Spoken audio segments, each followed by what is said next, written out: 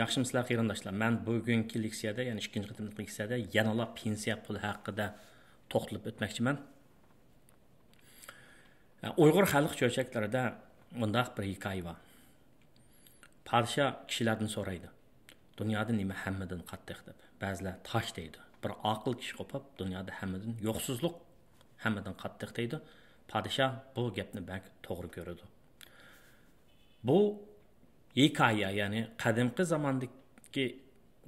zamonga to'g'ri kelgan bu hikoya bugungi dunyodami, bizning real turmushimizdami barhaq, to'g'ridir. 2019-yildagi Amerikadagi aholilarning pensiya ahvoli, pensiya puli haqidagi tekshirish doklad deyilishicha, Amerikadagi cho'nglarning ichida 35% odamning $1000 atrofidami pensiya puliga qo'ygan pul yo'q ekan. Yashangan vaqtda qo'ygan. Bular nimaga tayinladi deganda, shu davlatning berilgan ijtimoiy sug'urtadan kelgan pulga tayinib qoladi ekanda. 30%, ya'ni 30% odamning hech nimasi yo'q ekan. Pensiya pul qo'ymagan gap. 15% odamning qo'ygan puli $10,000 dan tuvan ekan. Biz bularning hech qaysisiga tava bo'lib qolmasligimiz kerak. Biz nayti yashagan vaqtda nayti yaxshi yashay oladigan kishilar tarkibiga kira oladigan bo'lishimiz kerak. Buning uchun bizning hozir qanday tadbir chiqarishimiz, tadbir elishimiz buni nayti muhim. Men o'tganda deb o'tdim, Amerikada kishilarning o'ttirchi umri 79-80 yosh atrofida deb. Bu son meditsina texnikasining yaxshilanishi bilan yana bu yil soni uzrab menishi mumkin. 82 yosh atrofida umr ko'radigan bo'lishi mumkin kishilar, yana 5-10 yil ichida. Chunki turmush saviyasining yaxshilanishi, meditsina texnikasining yaxshilanishi bilan odamlar uzunroq umr ko'radigan shunday bir yuzlanish bor. Shuning uchun yashangan vaqtda muhtojlikdan xoli, moddiy muhtojlikdan xoli yashashimiz uchun hozirdan boshlab biz tadbir elishimiz kerak degan vaqtda, birinchisi Amerikaningki boj tuzumini yaxshi tushunishimiz kerak. İkinciden özümüzün umumi tafavutunu yaxshi tushunishimiz kerak. Bizning amaliy tafavutimiz, umumi kirimimiz bilan boj nisbatining, ya'ni bojning qoida tuzumlari asosida hisoblab chiqarilgan boj nisbatiningki ta'sir uchraydi. Misol uchun, Aynurninki maaşı, yillik maaşı 100 ming. Maynurninki oilasidan yo'l ishlashkisining maoshini qo'shgan vaqtda 100 ming, 2 bolasi bor. Bu ikkisiniki to'laydigan boj sommasi o'xshash emas. Aynur jiq to'laydi. Malaga qaraganda. Bularning 2 bolasi umum aholining kirimi 100 ming. Aynur tana kishi 100 ming. Bir dori shirkatida ishlaydi. $100,000. Chunki Aynurning to'laydigan boj nisbati yuqori. 28% atrofida, Mavlaninki 19-20% atrofida. Endi agar Aynur shu pensiya puli haqidagi bilimlarni, pensiyaga pul qo'yish haqidagi bilimlarni yaxshi biladigan bo'lsa, boj nisbatini tuvaltalaydi. Ya'ni hukumatga bojni to'lab ketmay, pensiya puliga jiqroq pul qo'ya oladi. Endi bu yerda 401, 403 deydigan bir gap chiqadi. Bu 401K, 403B deydigan bu gap Amerikaningki boj qoida nizomlarininki bir otilishlari bo'lib, 401K degani xususiy shirkatlar uchun ishlaydigan odamlar pensiya puliga pul qo'ysa bo'ladigan bir programma. 403B deydigani hukumat organlariga, xayr-saxovat organlariga, ommaviy maktablarga, foydalanishni ko'zlamaydigan doktorxonalarga ishlaydigan xizmatchilarningki pul qo'ysa bo'ladigan bir programmasi. Bu ikkisiningki mohiyat jihatdan bu ikkisi o'xshashlik bor.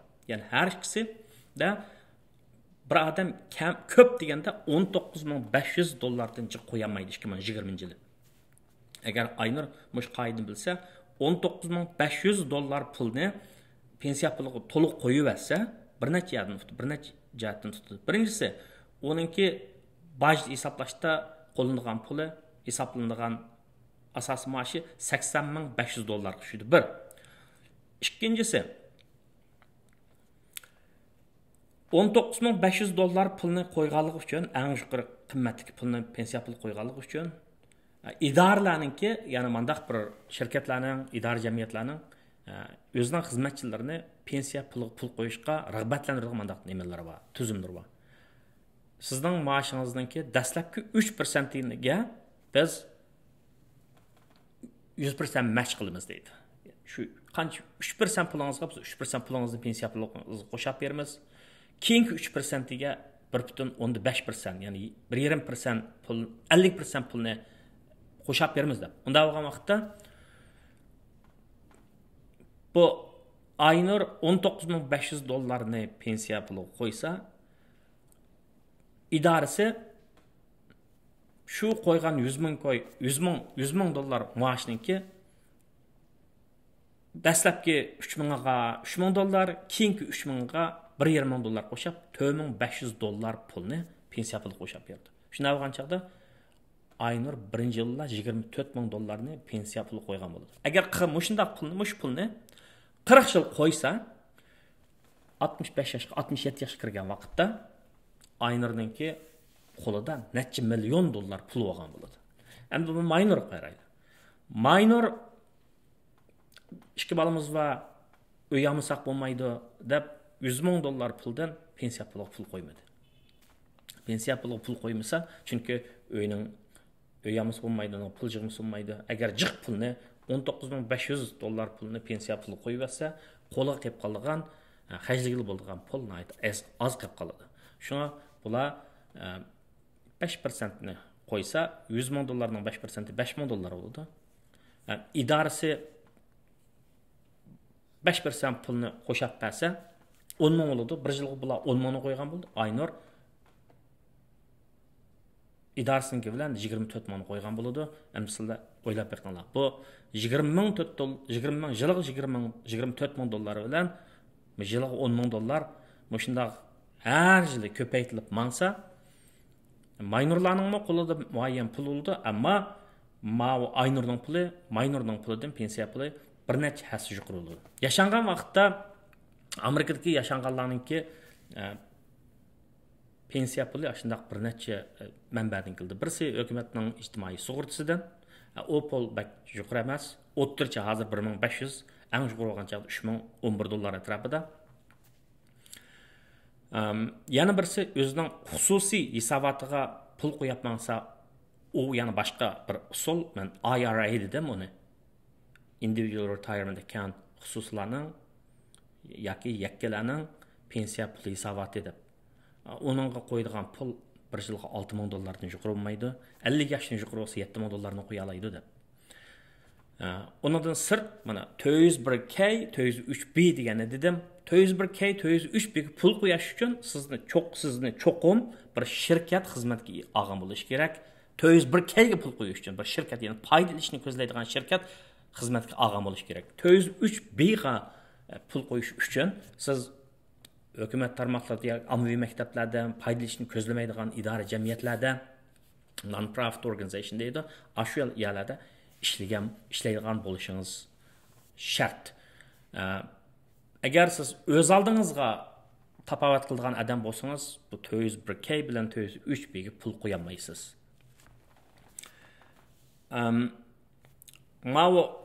Men o'tganda IRA, an'anaviy IRA, Roth IRA deb bir tushundirgandim. Shuningga o'xshash 201K, 203B mi? An'anaviy 201K, Roth 201K, an'anaviy 203B, Roth 203B deb shunaqa turga aylandi. An'anaviy bilan Rothning farqi nima desa, an'anaviyda siz maoshingizdan pensiya pulingizga pul qo'yib bo'lgandan keyin qolgan qismiga boj to'laysiz. Pensiya pulingizga keyin pensiyaga chiqqan vaqtda anandan keyin boj to'laysiz, hozirning o'zida emas. Roth deganda chi desa, Roth IRA, Roth 203B, 201K deganda siz hozirning o'zida pensiya hozirning o'zida bojni to'lab bo'lib, qo'lingiz tekkan naqd puldan pensiya pulingizni qo'yasiz. Keyin pensiyaga chiqqan vaqtda boj to'lamaysiz. Benjamin Franklin 1789 yil mundaq degan. O'lim va boj bu dunyodagi muqarrarlikdir deb. Ya'ni bu dunyoda yashaydigansiz, hayotdan chekib ketib qolasiz. Ondan bir jamiyat yashaydigansiz cho'qim boj to'laysiz deb. Shunga o'zimiz yashayotgan jamiyatlarningki boj tuzumini tushunish bu bizningki kirimimizga nisbatan bizning iqtisodiy jihatdagi yaxshi bo'lmasligimizga nisbatan nihoyatda muhim. Shunga o'zimiz yashayotgan jamiyatlarning boj tuzumini, pensiya tuzumini, ya'ni parovolik sistemasini nihoyat yaxshi tushunishimiz kerak. Birinchi leksiyadagi savolga birinchi leksiyaga mana bir savol chiqib ekan, bir qarinishimiz mana bir savol so'rabdi ekan. Shaxsiylar qanday qiladi pensiya pulini agar hech qanday bir idora jamiyatga ishlamagan bo'lsa, xizmat qilmagan bo'lsa, bular pensiya puli nereden keladi degan mana bir savol chiqib ekan. Davlatlarning parovolik siyosati o'xshamaydi. Masalan, ba'zi jihatdan o'xshaydi, ba'zi inchki jihat, cho'ng jihatdan o'xshaydi. Bular bozorchilik davlatlarning, Kanada, Amerika, Avstraliya, Yangi Zelandiya, Angliya degandek davlatlarning. Ammo bularning ba'zi bir inchga mazmunlari o'xshamaydi. Masalan, Amerikada hamma odam ijtimoiy sug'urta chekiga erishamaydi. Hamma odam ijtimoiy sug'urta puliga erishish uchun bir odam kam deganda 10 yil ishlash kerak. Hamda maoshining 12.4%ni idorasi 6.12% topshirib turdi, o'zi 6.12% topshirdi. Shunday bo'lgan chog'da 13.4%ni hukumatga topshirish kerak. Anadan sırt 2.19%ni yaşanan vaqtdagi meditsina ehtiyojini qamdash uchun hozirdan boshlab to'lish kerak. Kanadani elib olsak, masalan, Kanadada bilishimcha bir odam yaşanganlar yeshiga yetgan vaqtda 65 yoshda odat yaşangan deb qaraydi Kanadada. 65 yoshga borgan vaqtda mayli qanday bo'lishidan qat'iy nazar, ishlagan bo'lishi, ishlamagan bo'lishidan qat'iy nazar Kanada hukumati ularga oz to'l pul berdi. Amerikada undaq emas. Bu pulga loyiq bo'lish uchun bir necha shartlarga tushish kerak. Birinchidan, bayad ishlagan bo'lish kerak. 10 yildan ortiq ishlagan bo'lish kerak. Har bir yil ishlaganga, ya'ni bir mavsum ishlaganga bir nomer berdi. Bir yilda bir fasl, 4 fasl va 4 nomer oladi. Shunday bo'lgancha 40 nomer olgan vaqtda undan ijtimoiy sug'urta puliga erishgan bo'ladi. Undan sirt Amerikada o'z oldiga ishlaydigan odamda IRA degandanki, ya'ni o'z oldiga ishlaydigan odamlar o'zi hisob ichib, o'ziniki topgan tafovutidan ayrim pul qo'yib, pensiya pul qo'yib mangdigan mandaq ishlarma bor. Bularninki yashagan vaqtdagi puli o'zining hozirdan boshlab qo'ygan omonat puli va ijtimoiy sug'urtadan, agar ijtimoiy sug'urtaga hozirdan boshlab shu pul to'lab olgan bo'lsa, ashnodan keladigan pul bilan qamdildi. Bu mening qarinishimizning savoliga beradigan javobim.